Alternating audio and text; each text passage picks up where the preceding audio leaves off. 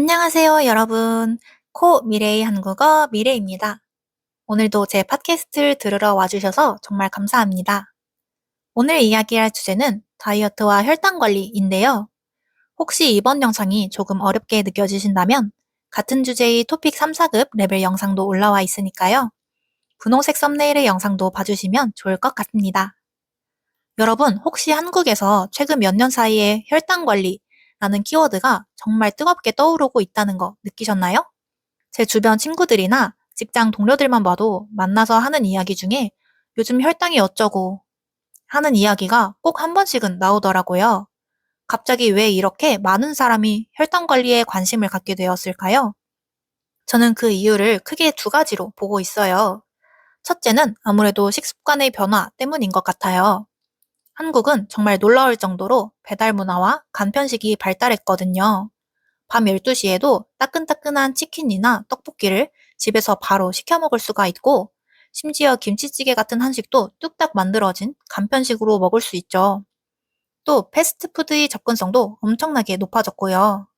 이런 음식들이 물론 편리하고 맛있지만 대부분 탄수화물 함량이 높고 정제당이나 나트륨이 많이 들어있어서 혈당을 급격하게 올리기 쉽거든요.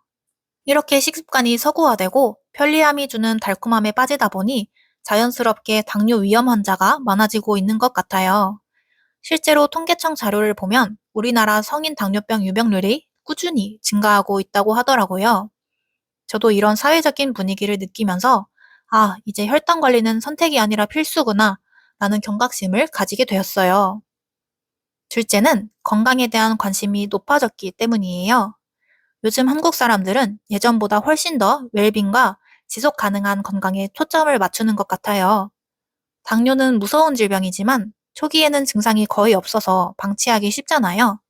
그러니까 젊을 때부터 미리미리 조심하자는 움직임이 생긴 거죠.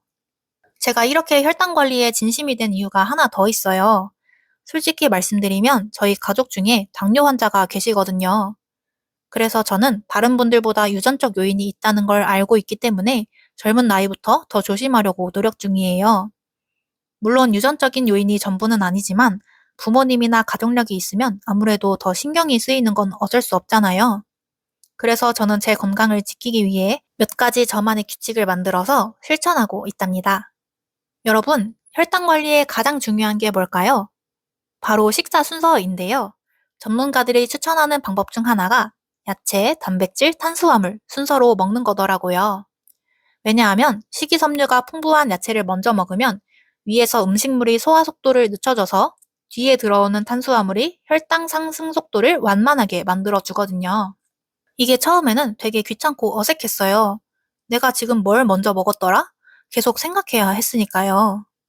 하지만 이제는 습관이 돼서 매 끼니마다 식탁에 야채와 단백질을 꼭 놓으려고 노력해요.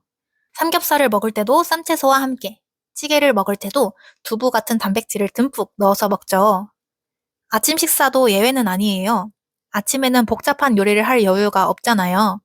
그래서 저는 간단하게 썰어둔 당근 스틱이나 방울토마토를 먹곤 했어요. 그런데 문득 이런 생각이 들더라고요. 혹시 당근에도 당이 들어있지 않나? 맞아요. 당근은 뿌리 채소라서 단맛이 꽤 있거든요.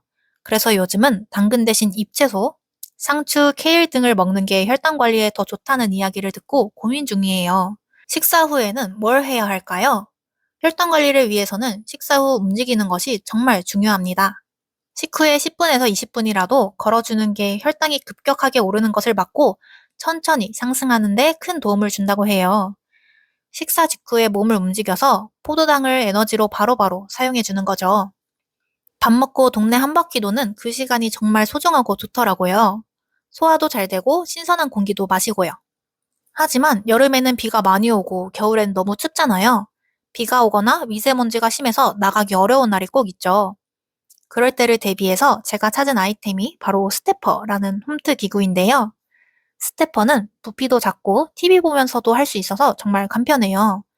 아, 오늘은 나가기 싫다 싶을 때 집에서 후딱 10분만 스태퍼를 밟아도 꽤 괜찮은 운동이 되더라고요. 특히 넷플릭스를 보면서 하면 시간 가는 줄도 모르고 운동하게 된답니다. 자, 이제 저희 가장 큰 고민을 이야기해 보려고 하는데요. 저를 포함해서 많은 한국 사람들이 좋아하는 거, 바로 디저트입니다. 정말 요즘은 전 세계적으로 카페 문화가 정말 발달해서 예쁘고 맛있는 케이크, 빵, 마카롱 등이 넘쳐나잖아요. 보기만 해도 행복해지는 그런 달콤한 유혹들, 저도 정말 좋아해요. 하지만 혈당 관리하는 사람에게는 디저트가 가장 조심해야 할 적이랍니다. 혈당 스파이크를 일으키는 주범이거든요. 그래서 저는 디저트를 최대한 안 먹으려고 노력하고 대신 과일을 조금씩 먹어요. 과일도 당분이 있어서 너무 많이 먹으면 안 되지만 케이크나 쿠키보다는 식이섬유도 있고 비타민도 풍부하니까요. 저는 특히 새콤달콤한 딸기나 블루베리를 좋아해요. 음료수도 마찬가지예요. 탄산음료나 달달한 주스는 거의 안 마시려고 해요. 주로 아메리카노 위주로 마시죠. 달콤한 맛이 전혀 없어서 처음에는 좀 힘들었는데 요즘은 아메리카노의 쌉쌀한 맛이 좋아지더라고요.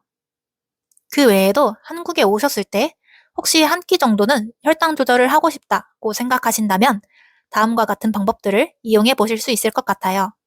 한국의 삼겹살이나 불고기 같은 고기 요리는 정말 맛있죠. 고기 자체는 혈당에 큰 영향을 주지 않지만 고기를 먹을 때 냉면이나 된장찌개에 밥을 같이 먹는 게 문제예요. 해결책은 쌈문화를 최대한 활용하는 거예요. 고기를 먹기 전에 상추, 깻잎 같은 쌈채소를 한 바구니 가득 식히세요. 고기 한 점을 쌈채소로 싸서 마늘이나 고추 같은 식이섬유가 풍부한 채소를 같이 넣어서 먹으면 채소가 먼저 위에 들어가서 혈당을 잡아주는 역할을 한답니다. 요즘 한국에서 유행하는 건강식 중 하나가 키토김밥인데요. 보통 김밥은 밥이 대부분을 차지하지만 키토김밥은 밥 대신 계란 지단이나 채썬 두부를 듬뿍 넣어서 만들어요. 또 요즘은 계란 속을 직접 선택할 수 있는 가게들이 있는데요.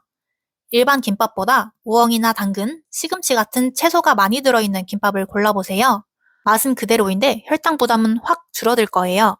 여러분, 오늘은 혈당 관리와 다이어트에 대해 이야기해보았는데 어떠셨나요? 여러분도 완벽하게 해야 한다는 부담감보다는 오늘 제가 알려드린 작은 습관들, 식전 채소 먹기, 식후 10분 걷기, 쌈채소 많이 먹기 중 딱 하나만 골라서 오늘부터 실천해보는 건 어떨까요?